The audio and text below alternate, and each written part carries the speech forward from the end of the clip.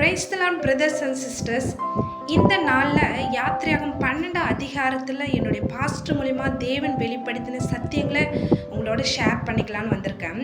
யாத்திரையாகும் 12 அதிகாரத்தில் 1லேருந்து 11 வரை பஸ்கா பண்டிகை குறித்து இருக்கும்.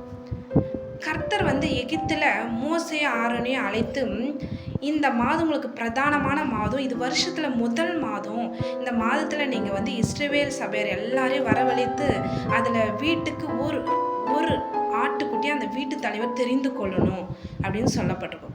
அந்த ஆட்டுக்குட்டி எந்த தேதியில் தெரிந்து கொள்ளணும்னா 10ஆம் தேதியில் தெரிந்து கொள்ளணும்னு சொல்லப்பட்டிருக்கும். அந்த ஆட்டுக்குட்டி 14ஆம் தேதி சாயங்காலத்தில் அந்த ஆட்டுக்குட்டியை அடிக்கணும்னு சொல்லப்பட்டிருக்கும். நெக்ஸ்ட் அந்த ஆட்டுக்குட்டி எப்படிப்பட்டதாக இருக்கணும் அப்படின்னா, அந்த ஆட்டுக்குட்டி பழுதில்லாததாக இருக்கணுமா, ஆணாக இருக்கணும், 1 வயதாக இருக்கணும் அப்படின்னு. அப்புறம் அந்த ஆட்டுக்குட்டியை அடித்து அதோட ரத்தத்தை கொஞ்சம் எடுத்து அந்த வீட்டு வாசல் நிலைக்கால்களில் தெளிக்கணும்னு சொல்லப்பட்டிருக்கும்.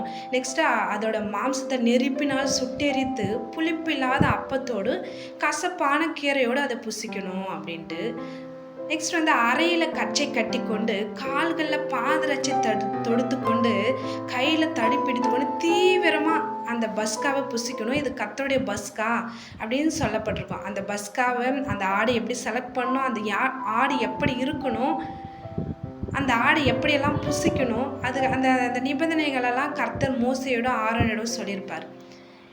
இது 12ஆம் அதிகாரத்தில் சொல்லப்படுறது. இந்த பஸ்கா எதை குறிக்கிறதுனா, அதுதான் நம்ம ஆண்டவராகிய இயேசு கிறிஸ்து தான் அந்த பஸ்கா. அந்த 1 கொரிந்தியர் 5:7 இருக்கும், நம்முடைய பஸ்காவாகிய கிறிஸ்து நமக்காக பலியானாரே.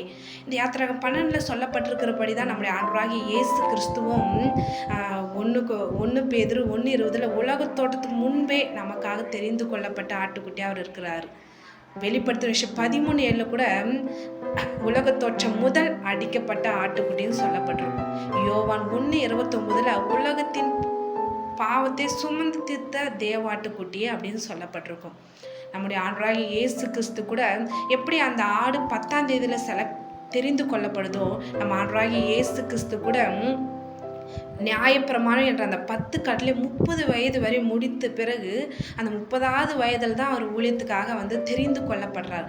அதுதான் ரோமர் 10:4 இருக்கும், விசுவாசிக்கிற எவனுக்கும் நீதியாகும்படி அவர் நியாயப்பிரமாணத்தின் முடிவாக இருக்கிறான்னு சொல்லப்பட்டு 10ஆம் தேதியில் தெரிந்து கொள்ளப்பட்டு அவர் 3 வருட காலம் அவர் அவர் ஊழியத்தை முடித்து 14ஆம் தேதியில் நமக்காக அந்த சிலுவையில் அடிக்கப்படுறார். அந்த ஆடு எப்படி 14ஆம் தேதியில் அடிக்கப்படுதோ, அப்படியாவது நம்ம ஆண்டவராகிய இயேசு கிறிஸ்துவும் நமக்காக 14ஆம் தேதி என்ற அந்த நாளில் அவர் சாயங்காலத்தில் அவர் அடிக்கப்படுவதை குறிக்கிறது.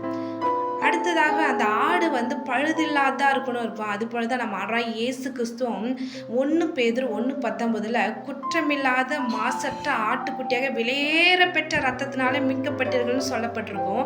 அங்கே பழுதில்லாதது என்பது தான் இங்கே குற்றமில்லாதது. அங்கே ஆண் அப்படின்றது நம்ம ஆண்டவராகிய இயேசு கிறிஸ்து விலையேற பெற்றவர். அங்கே 1 வயது என்பது ஒரு மாசு இல்லாத ஜீவம். அதுதான் குற்றமில்லாத மாசற்ற ஆட்டுக்குட்டியாக கிறிஸ்துவின் விலையேற பெற்ற ரத்தத்தினாலே மீட்கப்பட்டீர்கள் என்று சொல்லப்பட்டிருக்கும்.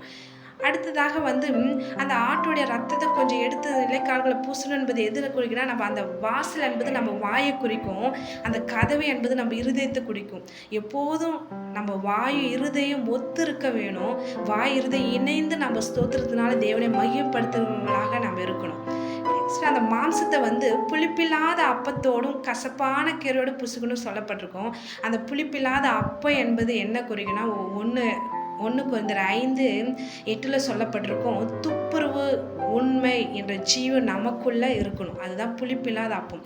அந்த கசப்பான கீரை என்பது ஒரு நொறுங்குண்ட இருதயம் நமக்குள்ள இருக்கணும்.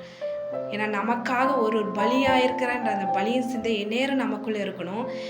அடுத்ததாக அறையில் கச்சை கட்டி கொண்டு அப்படின்னா, எபேசியர் 6 நம்ம மனது என்ற அறையில் சத்தியம் என்னும் கச்சை நம்ம எப்போதும் நம்ம மனதில் கட்டி கொண்டவர்களாக இருக்கணும். பாதரட்சை ஆயத்தம் என்னும் பாதரட்சை எந்நேரம் கடவுளுக்காக ஆயத்தமாக எதையும் செய்கிற ஆயத்தம் நமக்குள்ளே இருக்கணும். அதுதான் ஆயத்தம் என்ற பாதரட்சை. தடியை பிடித்துக்கொண்டு அந்த பஸ்கா புசுக்குன்னு சொல்லப்பட்டிருக்கிறது.